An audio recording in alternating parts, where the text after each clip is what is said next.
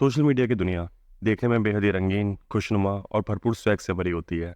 Social media के जो stars होते हैं, उनकी दुनिया एकदम चमचमाती हुई और परफेक्ट नज़र आती है। और जब हम जैसे आम लोग सोशल मीडिया के स्टार्स के लाइफस्टाइल्स को देखते हैं, तो हमें ऐसा लगता है कि जैसे पता नहीं हम लोग ही कितने पिछड़े हुए हैं और फिर हमें अपनी ज़िंदगियाँ बोरिंग और बेकार सी लगने लगती हैं। बट ट्रस्ट मी, हमारी ज़िंदगियाँ इन बहुत सारे so called social media stars से लाख गुना अच्छी हैं। हमारी ज़िंदगी जैसी भी हैं, लेकिन स्टार्स की ज़िंदगियों से बहुत ज़्यादा सुकून और चैन है हमारी लाइफ में। ऐसी एक सोशल मीडिया स्टार है, या फिर मुझे कहना चाहिए कि थी, महक अली बुखारी। यहाँ पर थी से मेरा मतलब ये नहीं है कि महक अली बुखारी अल्लाह को प्यारे हो गई हैं, बल्कि थी से मेरा यहाँ पर ये मतलब है कि महक पर सोशल मीडिया स्टार का जो टैग लगा हुआ था, उस टैग में से वो स्टार टूट कर गिर गया है और वो स्टार अब एक शूटिंग स्टार बन गया है। और हमारी महक बहन जी अपने स्टार के शूटिंग स्टार बनने के बाद अब जेल की हवा खा रही हैं, और वो भी कोई मामूली जेल नहीं, बल्कि पूरे 31 साल और 8 महीने की जेल। आखिर महक की जिंदगी में ऐसा क्या हुआ था जो उसका सोशल मीडिया का स्टार शूटिंग स्टार बन गया और महक को लगभग 32 साल की जेल की सजा हो गई।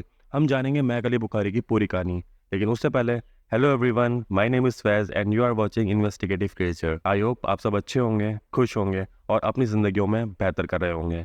चैनल पर नए हैं तो चैनल को सब्सक्राइब कर लें, और साथ में अगर वीडियो अच्छी लगे तो वीडियो को अपने एक प्यारा सा लाइक भी दे दें। अब बढ़ते हैं अपनी असल कहानी की ओर। महक अली बुखारी, जिसके ऊपर हमारी आज की पूरी कहानी बेस्ड है, उसका जन्म 22 मई 1999 को यूनाइटेड स्टेट्स ऑफ अमेरिका में हुआ था। अमेरिकन सोसाइटी के क्लास इंडेक्स के अकॉर्डिंग महक का जन्म एक मिडिल क्लास फैमिली में हुआ था। लेकिन अगर हम वहीं महक के फैमिली स्टेटस को पाकिस्तान और इंडिया के क्लास इंडेक्स से कंपेयर करें, तो उसका जन्म एक अमीर परिवार में हुआ था। महक के फादर का नाम है अली रजा, जो कि बहुत सारी ऑर्गेनाइजेशंस में सिक्योरिटी ऑफिसर की पोस्ट पर रह चुके हैं, इंक्लूडिंग रिलायंस सिक्योरिटीज लिमिटेड। वहीं महक की मदर का नाम है अंसरीन बुखारी, और वो फार्मास्यूटिकल डिस्पेंसर की पोस्ट पर बहुत सारी फार्मेसीज में काम कर चुकी हैं, इंक्लूडिंग सुपर ड्रग स्टोर। वहीं महक का छोटा भाई है जिसका नाम है अरमान अली, और वो भी महक की तरह एक टिकटॉकर है। महक के जन्म के तुरंत बाद महक के माँ बाप उसको लेकर वापस पाकिस्तान चले गए थे। मैंने यहाँ पर पाकिस्तान जाने के लिए इसलिए कहा क्योंकि ये लोग मूल रूप से पाकिस्तान के ही रहने वाले थे। फिर साल 2001 में महक का परिवार लंदन शिफ्ट हो गया, और फिर उसके बाद ये लोग इंग्लैंड के एक शहर स्टैफोर्डशायर के स्टॉक ऑन ट्रेंट में शिफ्ट हो गए। साल 2007 में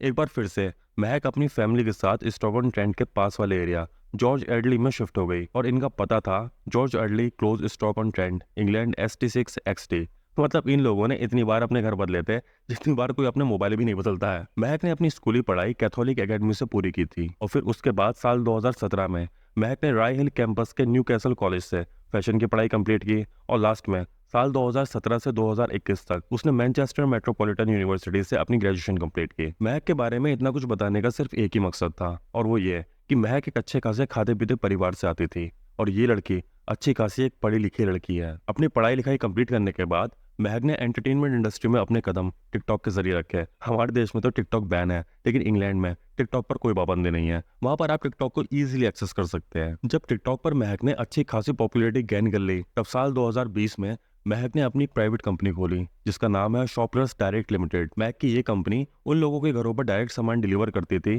जो ऑनलाइन प्रोडक्ट्स ऑर्डर किया करते थे। महक ने इंस्टाग्राम पर अपना एक पेज भी बना रखा था, जिसके थ्रू वो खास कस्टमर्स को उनकी चॉइस के अकॉर्डिंग कस्टमाइज जूते सेल किया करती थी, और इंस्टाग्राम पर उसका ब्रांड का नाम था MAYB कस्टम्स। महक ने भले ही अपनी जिंदगी एक टिकटॉकर के तौर पर शुरू की थी, लेकिन अपनी जिंदगी में बेहद ही कम उम्र में महक ने बहुत कुछ अचीव कर लिया था। महक के टिकटॉक पर 1,20,000 फॉलोवर थे, वहीं उसके इंस्टाग्राम पर 38,000 फॉलोवर्स थे, और यूट्यूब पर 4,000 सब्सक्राइबर थे।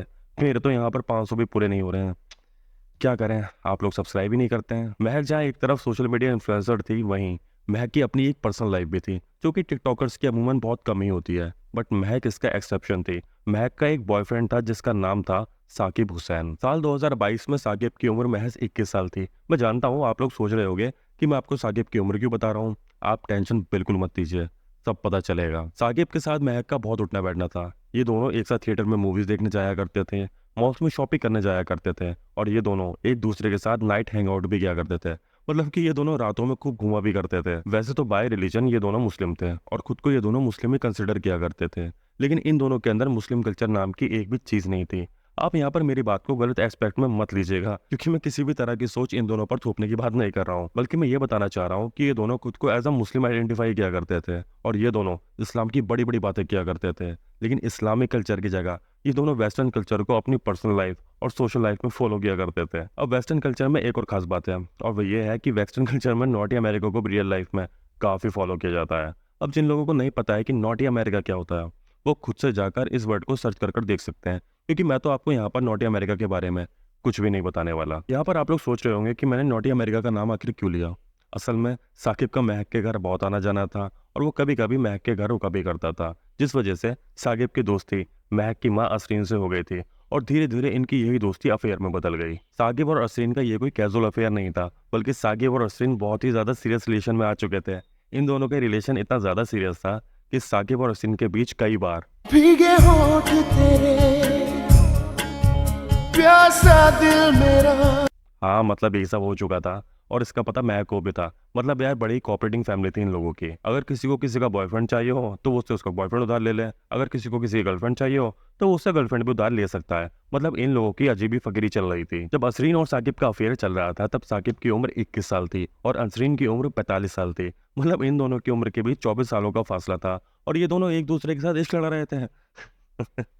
साकिब असरीन के बेटे की उम्र का था, और असरीन खुद तो जवान बच्चों की माँ होकर अपनी ही बेटी के बॉयफ्रेंड से इश्क लड़ा रही थी। हम ये मान सकते हैं कि साकिब 21 साल का था और वो नादान था, लेकिन असरीन तो एक समझदार औरत थी। वो साकिब को मना कर सकती थी और एक समझदार इंसान की हैसियत से उसको समझा सकती थी, लेकिन नहीं, असरीन ने ऐसा कुछ भी नहीं किया, बल्कि उसने साकिब का इमोशनली और फिजिकली खूब फायदा उठाया। लेकिन यहाँ पर एक और बात थी, और वो ये थी कि असरीन साकिब के थ्रू सिर्फ अपनी फिजिकल रिक्वायरमेंट्स को पूरा कर रही थी। वो साकिब को लेकर बिल्कुल भी सीरियस नहीं थी, लेकिन साकिब के साथ उल्टा था। साकिब असरीन को लेकर बहुत ज्यादा सीरियस था। वो असरीन के लिए इस कदर सीरियस हो गया था कि उसने असरीन के सामने उसे शादी करने का प्रपोजल रख दिया। क्या यार, अब असरीन तो ठहरी असरीन, उसने साकिब से शादी करने के लिए साफ मना कर दिया, क्योंकि असरीन अपने पति को किसी भी कीमत पर नहीं छोड़ने वाली थी। असरीन के पति और महक के पिता अली रजा एक वेल एस्टेब्लिश्ड मैन थे, जिनके पास अच्छा खासा रुपया था, और ऐसी सोने का अंडा देने वाली मुर्गी को भला कौन छोड़ना चाहता है, और वो भी किसी 21 साल के लड़के के लिए।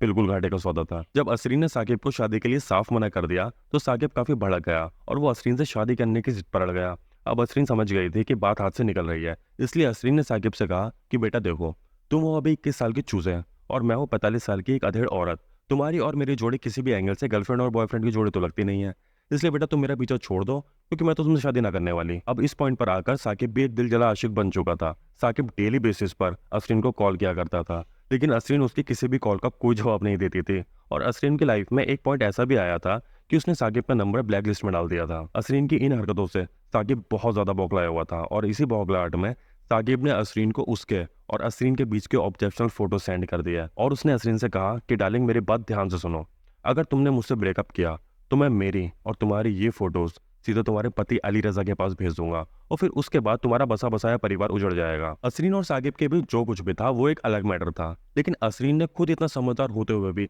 पता नहीं साकिब को उसके और अपने ऑब्जेक्शनल फोटोज क्यों खींचने दिया। I mean, it's a thing of out of the world. Saqib की ये इंटेंशन जानकर असरीन सच में बहुत ही ज्यादा घबरा गई थी। फिर असरीन ने साकिब की ये बात अपनी बेटी महक को बता दी। महक ने यह बात सुनकर ऐसे रिएक्ट किया कि जैसे कि वो इन सब बातों को लेकर बिल्कुल नॉर्मल है।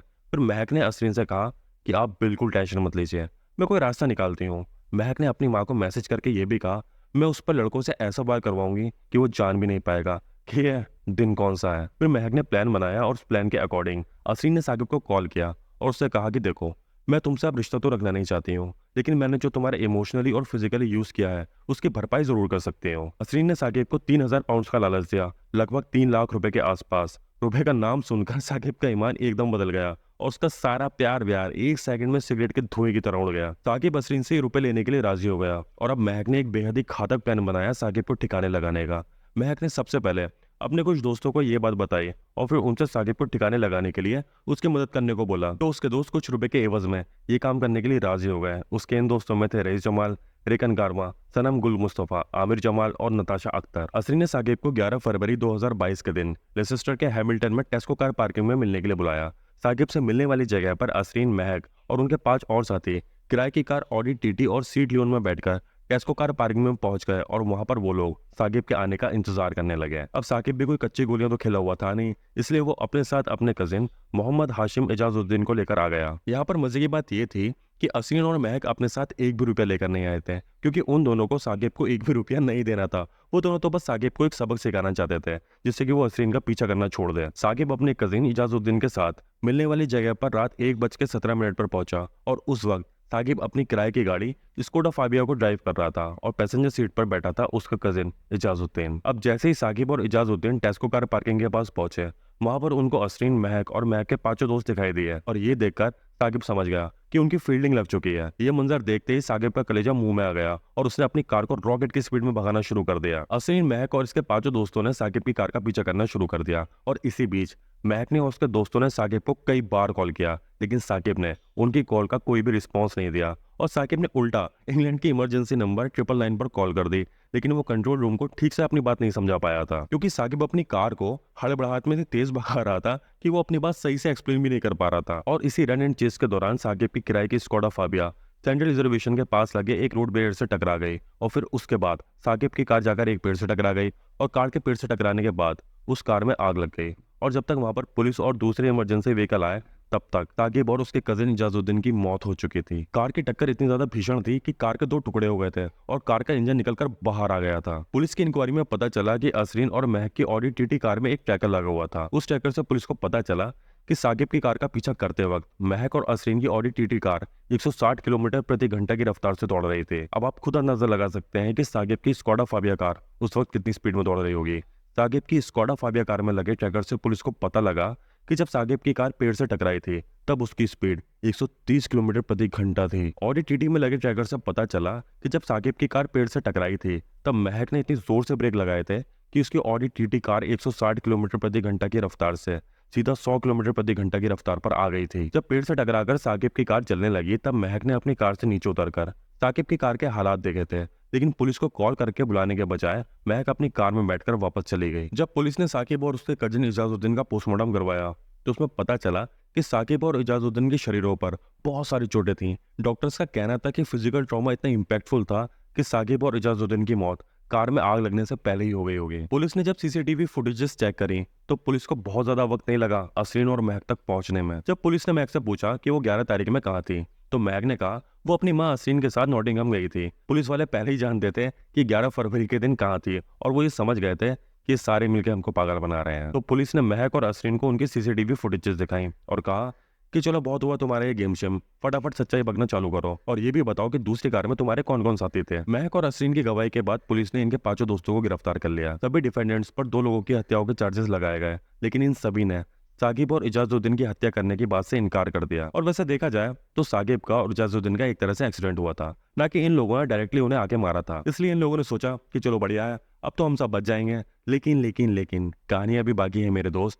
कोर्ट ने कहा होल्ड ऑन बेटा, भले ही तुमने उन्हें डायरेक्टली सामने से आकर ना मारा हो, लेकिन तुम लोगों की इन जाहिराना हरकतों की वजह से ही उन दोनों की जानें गई हैं। लेसिस्टर कोर्ट के सामने रईस जमाल ने एडमिट किया कि वो सिएट क्लियोन कार को चला रहा था जब साकिब की स्क्वाडा उस पेड़ से टकराई थी और उसने माना कि वो लोग साकिब की कार का पीछा कर रहे थे। 4 अगस्त 2023 में लेसिस्टर कोर्ट ने असरीन, महक, रईस जमाल और रेकन कारवा को साकिब और इजाजुद्दीन के कत्ल का दोषी माना। वहीं कोर्ट ने सनफ गुल मुस्तफा, अमीर जमाल और नताशा अख्तर को डायरेक्टली मर्डर का दोषी तो नहीं माना, लेकिन कोर्ट ने इन पर मैनस्लॉटर के चार्जेस लगाए। वहीं कोर्ट ने मोहम्मद पटेल नाम के लड़के को बाइज्जत बरी कर दिया। कोर्ट ने इन सभी को पुलिस रिमांड पर 1 सितंबर 2023 तक के लिए भेज दिया और इस दौरान इन सबको जेल में रखने का ही ऑर्डर दिया। महक बुखारी और बाकी सबके कन्विक्शन के बाद साकिब और इजाजुद्दीन की फैमिली मेंबर्स ने कोर्ट का शुक्रिया अदा किया कि कानून ने उनके बच्चों को इंसाफ दिलवाया। जैसा कि तय था कि 1 सितंबर 2023 को इनकी फिर से कोर्ट में पेश होनी थी, तो कोर्ट में पेशी के बाद कोर्ट ने महक अली बुखारी को 31 साल 8 महीने की सजा सुनाई। वही असरीन को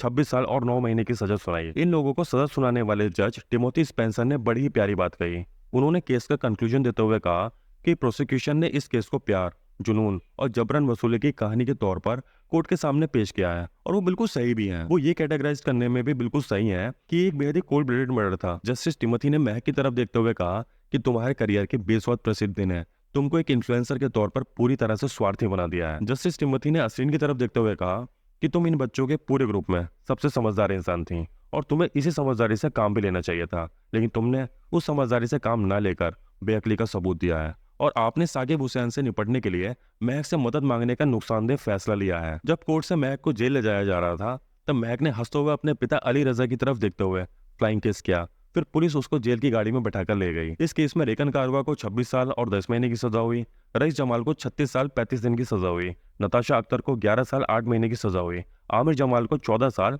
8 महीने की सजा हुई, वहीं सनफ गुल मुस्तफा को 14 साल 9 महीने की सजा हुई। एक तरह से देखा जाए तो इन सबकी जिंदगियां लगभग बर्बाद हो चुकी हैं। जब ये सभी लोग जेल से निकलेंगे तब इनमें से ज्यादातर लोग तो बूढ़े हो जाएंगे और कुछ लोग अपनी जिंदगी की अधेड़ उम्र में पहुंच चुके होंगे। ये सभी लोग अच्छे खासे खाते पीते परिवारों से आते थे। अगर ये लोग चाहते तो सही फैसले लेकर अपनी जिंदगियां संवार सकते थे, लेकिन इन लोगों ने बेवकूफ़ी भरे फैसले लेकर साकिब और इजाजुद्दीन की जिंदगी खराब कर दी। खैर, यहाँ पर साकिब भी कोई दूध का धुला हुआ तो था नहीं। उसने भी जो किया था वो गलती था और उसकी खुद की मौत में उसका भी उतना ही हाथ था जितना इन सब का था। इसी के साथ आज का ये केस यहीं पर खत्म होता है। अब आपसे मुलाकात होती है किसी नए केस के साथ।